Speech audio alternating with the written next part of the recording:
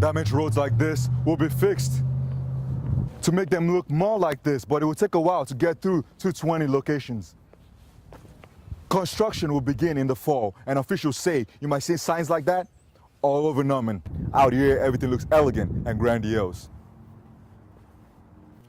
But in here, it's a different story. The capital is on life support as it approaches its 100th birthday, and the difficult task for Thompson is to make sure it lives under 100 years. President Boring says free speech is one thing, but racism should never be allowed on a college campus. His grandfather's days as a blacksmith made Mills interested in the profession, but it was a leaf that lit the fire in them. When you look around campus now, it is hard to imagine what was happening last spring, but for many students, it was a time they will never forget. Students who come from countries like Angola and Bosnia and Herzegovina are used to having multiple major parties, which is why the US's two-party system is a bit confusing for them.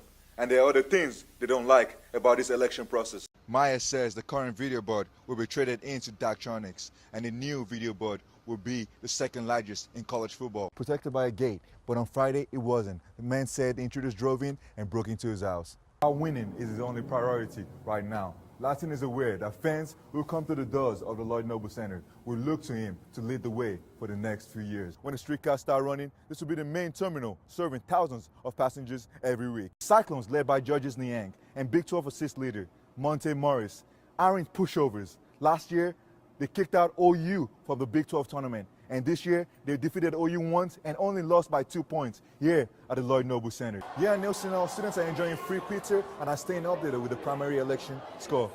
I'll send it back to you guys.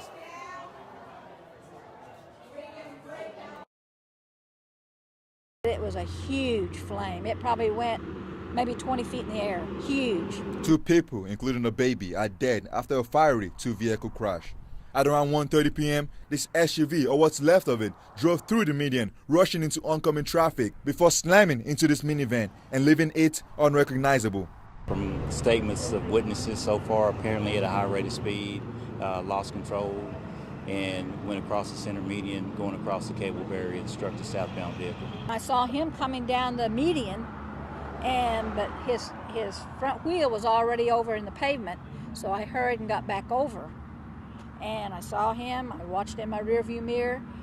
He went ahead and passed the car that I had just passed, and then he took off. After the accident, several parts of the cars are scattered all over the road, backing up traffic, and some witnesses are in shock.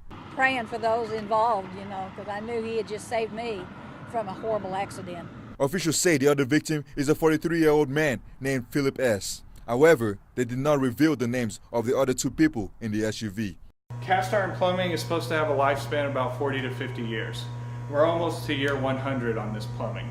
After 99 years of existence, Oklahoma's capital will finally be tended to. Trace Thompson is the man in charge of the restoration, and he understands that it is more than just bricks and stones. It's a symbol of our form of democracy that we have. It's a symbol of our state. It's a symbol of our state pride.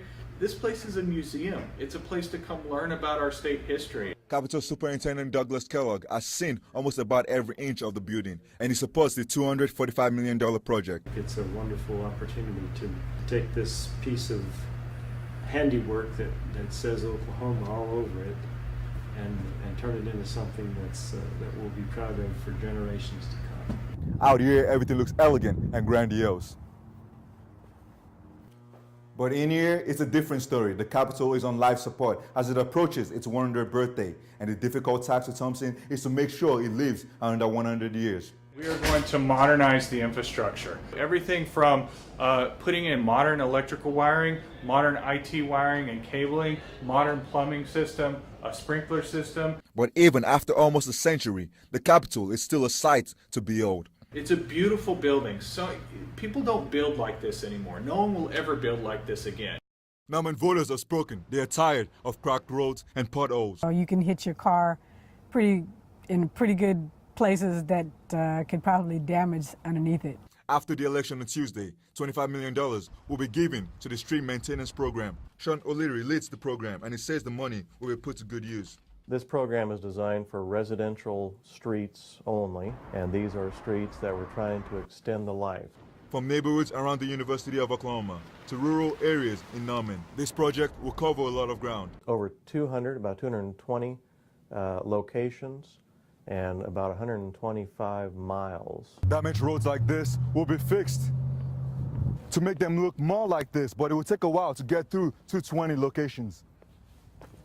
Construction will begin in the fall, and officials say you might see signs like that all over Norman. We will be doing projects in the rural road areas in East Norman. We'll be doing urban streets in all parts of Norman. Officials say streets that are in chronic conditions will be reconstructed in the spring of 2017. Walking around OU's campus, playing sports with their friends. Foreign students enjoy the basic things in life during their stay in America. But nowadays, there is something else grabbing their attention. The debates, especially between Republicans. I mean, it's amazing. It's just like a show. They are fond of America's liberty, but the campaign and election create a divide in opinions. I see a lot of opportunities here for Americans to decide. They have the freedom to decide who wants to govern the country. It's only two parties, and that's about it. Either you support one or you support the other. There's no gray areas, and that's very hard for me to understand, because what one party agrees on, the other party usually totally rejects. There's no middle ground in between both of them. Students who come from countries like Angola and Bosnia and Herzegovina are used to having multiple major parties, which is why the US's two-party system is a bit confusing for them. And there are other things they don't like about this election process. Donald Trump, he says this crazy things. I always joke with my friends that if Donald Trump gets elected, I will go back home as fast as I can. OU is a leader in international freshman enrollment, and one day, some of those students might become eligible to vote. In a couple of months, signs like this will be common in downtown Oklahoma City. After the city council gave the go-ahead, work will begin on the streetcar project. It is a rail-based system, and it is the beginning of what we hope to be a new transit piece of our system. From Bricktown through the business district, 5 streetcars will make their way back around in Midtown. Those cars will cost almost $25 million. So why is the city spending so much money on a transit system that only covers around 7 miles? We have to start someplace to get a system like that. You know, we don't have several $1 billion that it would take to implement an entire streetcar system throughout the whole city. Construction starts towards the end of this year, and steps have been taken to limit problems. We have a small team of people that are going out and meeting all of the property owners and all the business owners that are within the route who will be impacted. It'll cause a few problems, but it won't last that long, so everything will be all right afterward. As part of the project, this old Santa Fe depot will get a facelift. When the streetcars start running, this will be the main terminal serving thousands of passengers every week. The project was slated to end in 2017, but it has been pushed back 1 year. It'll be about a 2-year construction project, so it'll be in 2018. But when it is completed, city leaders say the streetcars will be a game changer. Shay Awosiyan reporting for OU Nightly.